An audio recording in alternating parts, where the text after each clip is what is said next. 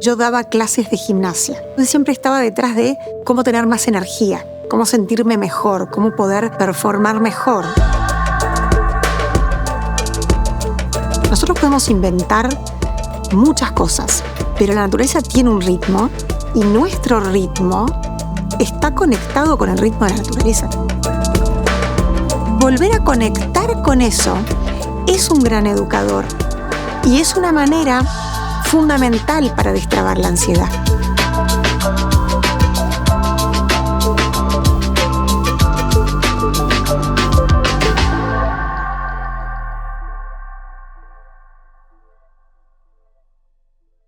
¿Qué es lo que te dedicas? Yo hago medicina funcional, se llama medicina funcional y estilo de vida. Sí. Y soy psicóloga también.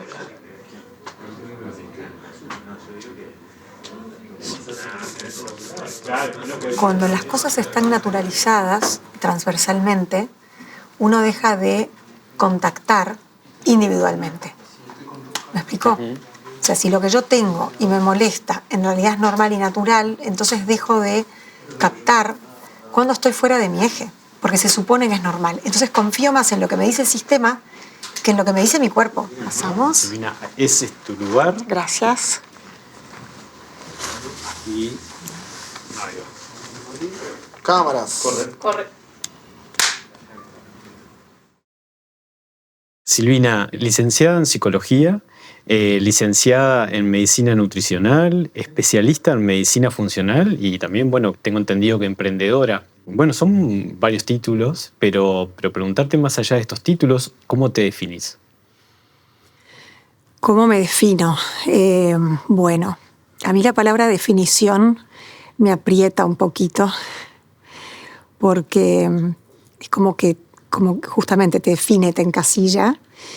Y como yo soy un amante de lo humano y todo lo que tiene que ver con la evolución y el aprendizaje y el cambio, justamente siento que definirme de alguna manera me encapsula, ¿no? Estoy en un continuo devenir, pero tratando de alinearme, ¿no? Supongo con lo que me estás preguntando, ¿no? Yo te diría que como arqueóloga de la vida y de la salud.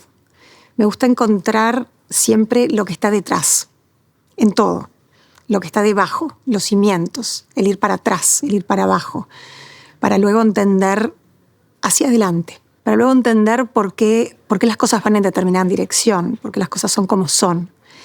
Y te lo digo así porque vos mencionaste mis títulos y es verdad, y eso es lo que hago y lo que me apasiona y donde elegí aplicar esa forma de ver las cosas, pero bien podría aplicarlas en miles de otras y la mirada sería la misma.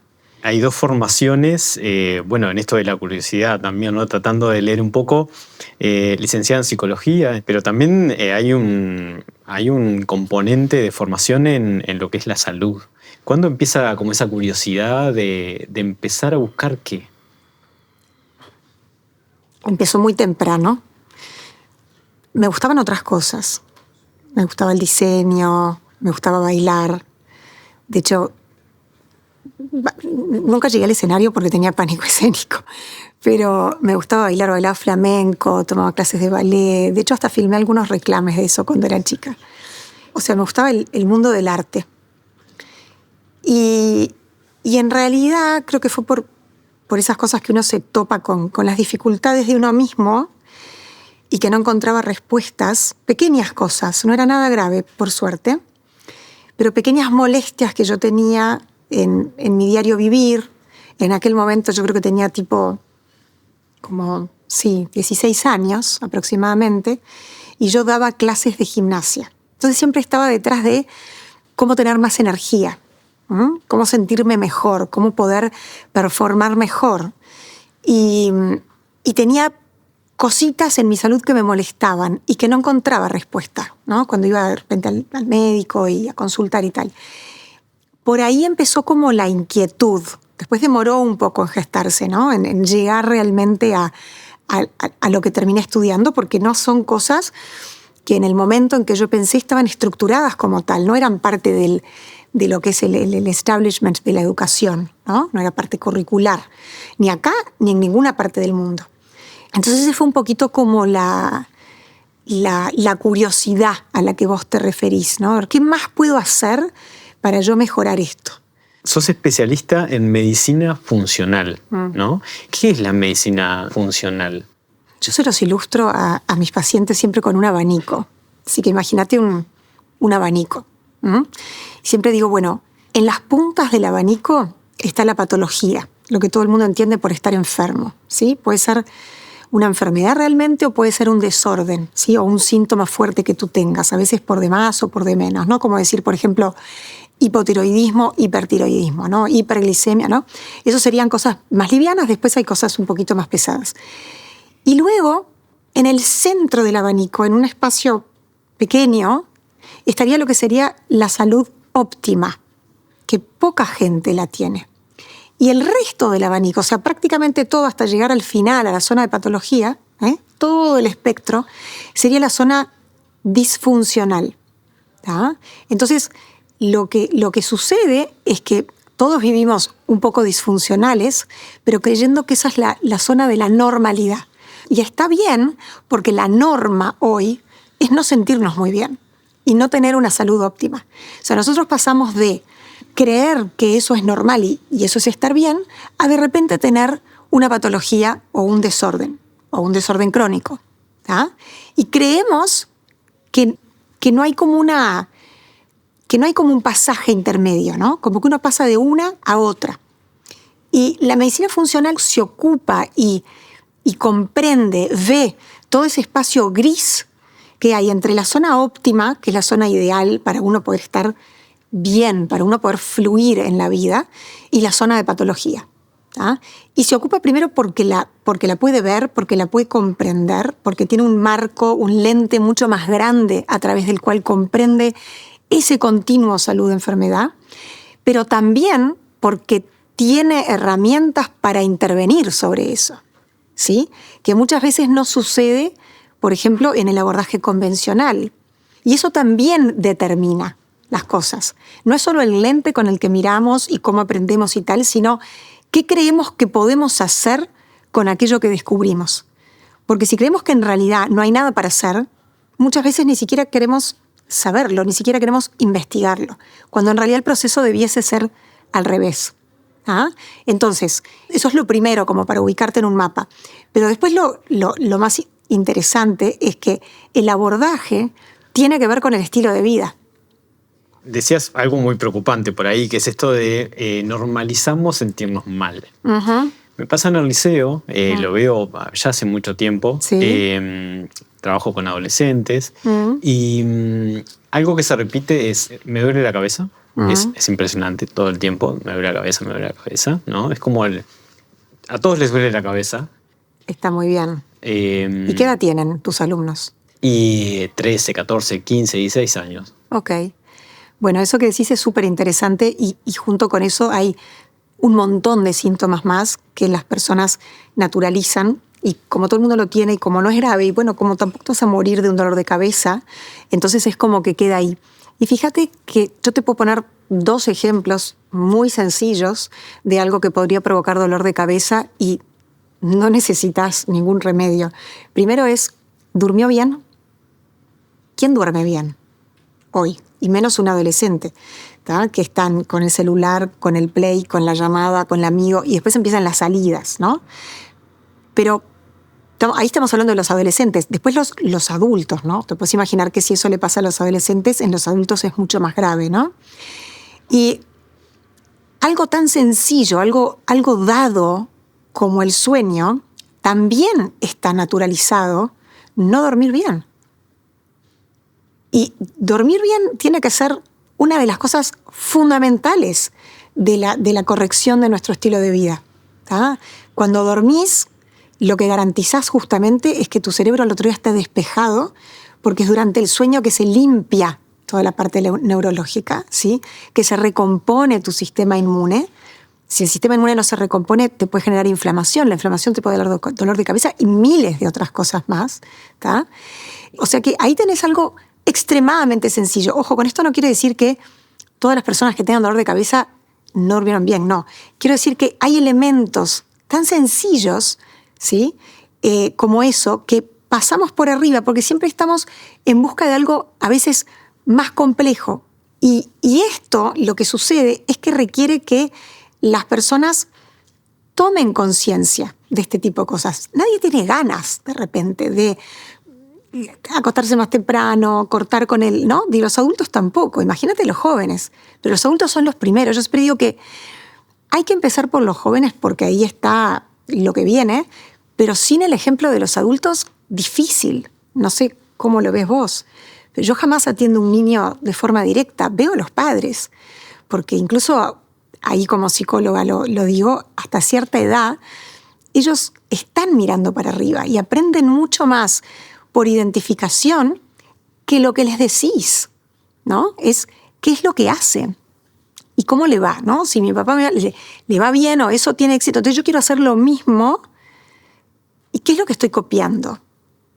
No solamente los padres, ¿no? Hoy en día es todo lo que nos rodea que está educando, ¿no? ¿Cómo nos ves a los adultos y bueno, también cómo ves a los adolescentes en esto de la ansiedad? ¿Cómo también nos manejamos esto del celular, las pantallas, las videollamadas?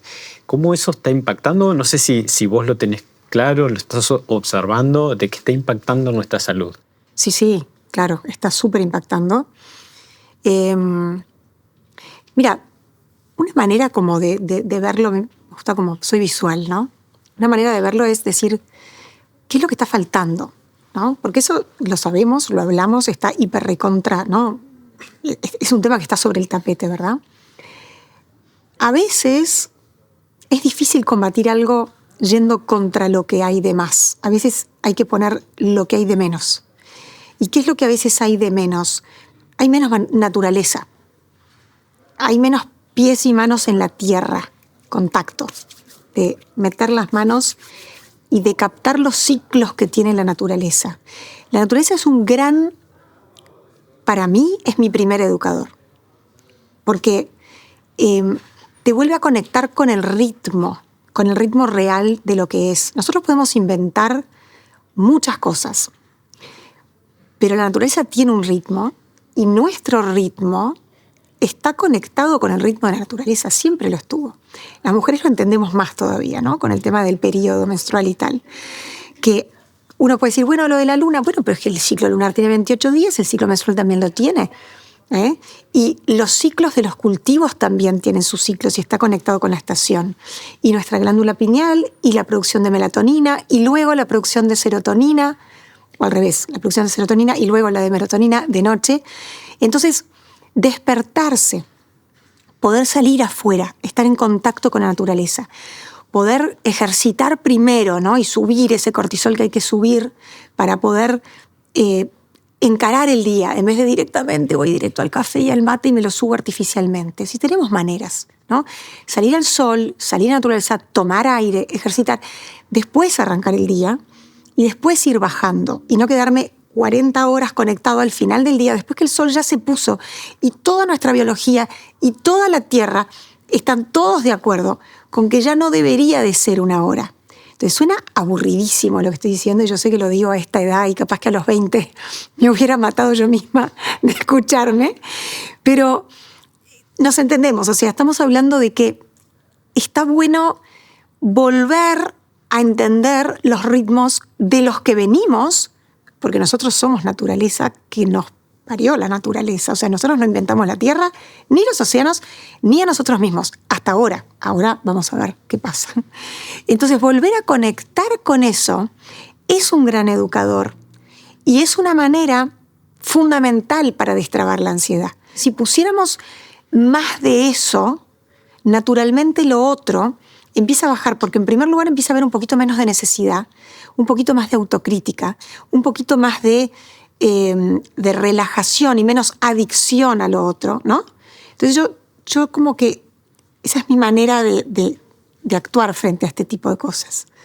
Estoy pensando algunas estrategias como capaz que bastante más concretas, como una huerta, que es algo que normalmente hacemos en los centros educativos. Exacto. Tocamos tierra, Sí. cultivamos, ¿no? Sí. También sembramos después. Sí, es tal cual, porque además acá capaz que todavía no está pasando porque somos chiquitos y las cosas pasan después, pero en el norte se han hecho encuestas en las que los niños no tenían ni idea de dónde venía la leche, dónde venía el queso, dónde venían los vegetales, y eso no puede suceder. O sea, es súper importante, ¿no? Digo que cuando me decías el ejemplo concreto, ¿no? Porque de dónde vienen las cosas es importante para entender que las cosas no aparecen de la nada o que nosotros no inventamos todo. No todo salió de un tubo de ensayo, ¿no? Somos parte de algo que fuimos creados, ¿no? Y entonces este tema de la huerta que vos decís tiene un mensaje poderosísimo en ese sentido, como de cumplir el ciclo educativo, ¿no? Veo que hay un componente, no sé si es ancestral, pero sí recuperar esto de los rituales, ¿no? Nos hemos olvidado de los rituales. Está el ritual de dormir, de descansar.